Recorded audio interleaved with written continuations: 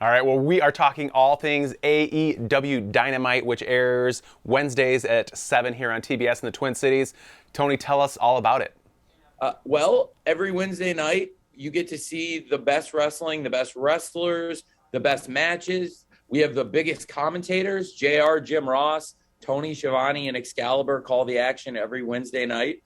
Dynamite on TBS. We've been doing Dynamite for just over 2 years now, and it's been on TNT every Wednesday night. But now that show has moved to TBS. That's our 2-hour flagship show. And we still do a big show every Friday night on TNT called AEW Rampage, which is on at 9 Central on Fridays. And then now Dynamite on TBS, 7 p.m. Central every Wednesday. I think any person that grew up loving sports would be jealous. I can speak for myself of what you've been able to do with your passion of sports and then taking it into the real world and doing everything that you've done. How did you take your passion for wrestling and bring this league to fruition? Well, I'm a Midwest kid. I'm a Big Ten guy. I grew up in Champaign, Illinois, my whole life, going to the Illini football and basketball games. The first football game I ever went to, we played the Golden Gophers in Champaign. And ever since, yeah, I just love sports, football and wrestling, really. And I grew up watching wrestling on TV and then started when I was 12 years old writing a wrestling show called Dynamite. Which is now every Wednesday night on TBS at 7 Central. And that became a real thing. As my family started to grow in the world of sports, my dad owns the Jacksonville Jaguars and the Fulham Football Club in England. And I eventually saw an opportunity to start a wrestling company, which became AEW a few years ago. We launched this TV show a couple years ago, and now Dynamite moving to TBS. Then we got a second TV show called Rampage. When I started writing shows, I eventually, same as in real life, I got such a big roster of great wrestlers, I had to add a second show called Rampage. And that is also what we do. Now on Fridays on TNT, we have this show that's on at 9 Central called Rampage. It's crazy it happened in real life. And what's really crazy is we have some of the greatest wrestlers of today and all time. And a lot of them are the people that were on the shows when I was growing up in Illinois writing them. So it's pretty amazing. And it's great for the fans because we do great shows every week on TBS and TNT now. Who was your favorite wrestler growing up?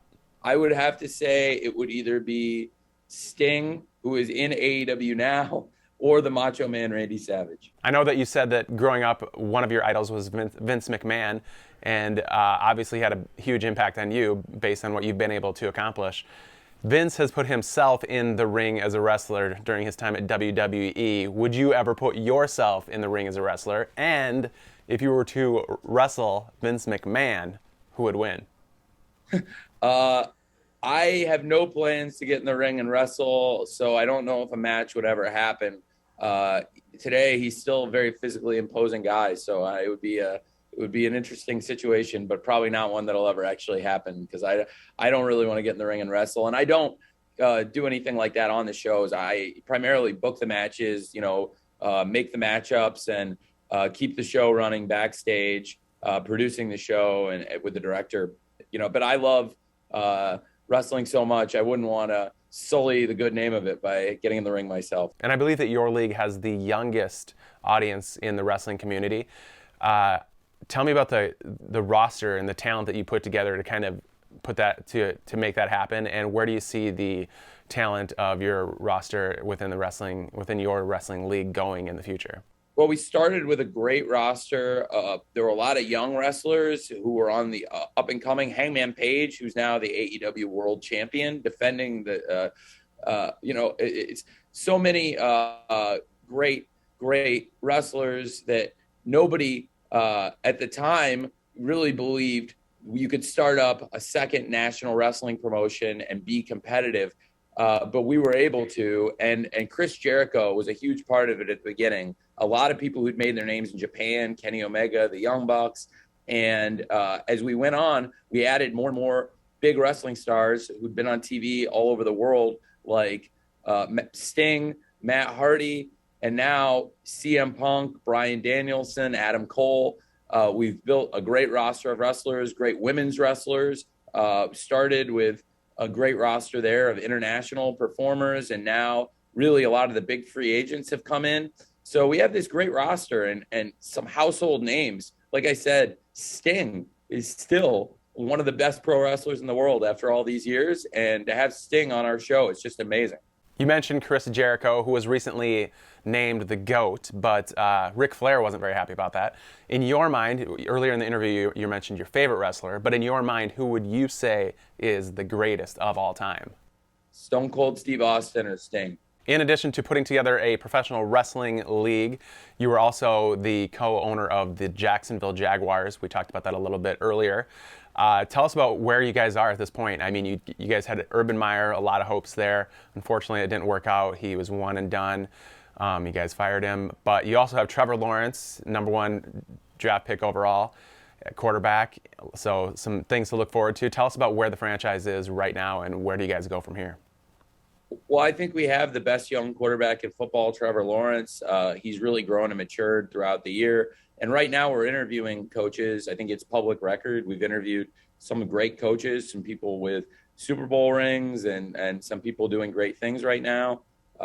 You guys have a great franchise up there, the Minnesota Vikings. Both teams were very close to being in the Super Bowl, only about 5 years ago. So I guess, just over 4 years ago. And really, I can't stress enough that there are so many great people, great fans down in Jacksonville, just like you have great fans up in Minneapolis and around Minnesota. They deserve a winner. And really, I focus mostly on statistics. I'm the stats guy for the Jaguars, so I'm not the primary decision maker, but I am sitting in offering my thoughts. And I really believe my dad will make a good decision here, and we're interviewing coaches. Hopefully we'll get the right one. Well, as a football fan, who do you think is going to win the Super Bowl this year? I think there's it's a great question. As a fan and also as an analyst of the game, I think there's a good chance from the AFC. I really like the New England Patriots. I know Coach Belichick very well, and he's been very good to me and mentored me in many ways. The Kraft family are huge AEW fans. Every time I see Robert and Jonathan, they talk to me about it, which is so cool. And that means a lot. And I think, to me, probably the Patriots or the Green Bay Packers have a good chance, but Tampa Bay, they're deadly. They have a great offense and a great defense, great coaching. So it'll be a tough year. All right. Well, Tony Khan, thank you so much for being with us. Twin Cities, make sure you check it out. AEW Dynamite airs Wednesdays at 7 here on TBS in the Twin Cities. Thanks, Tony. Thank you.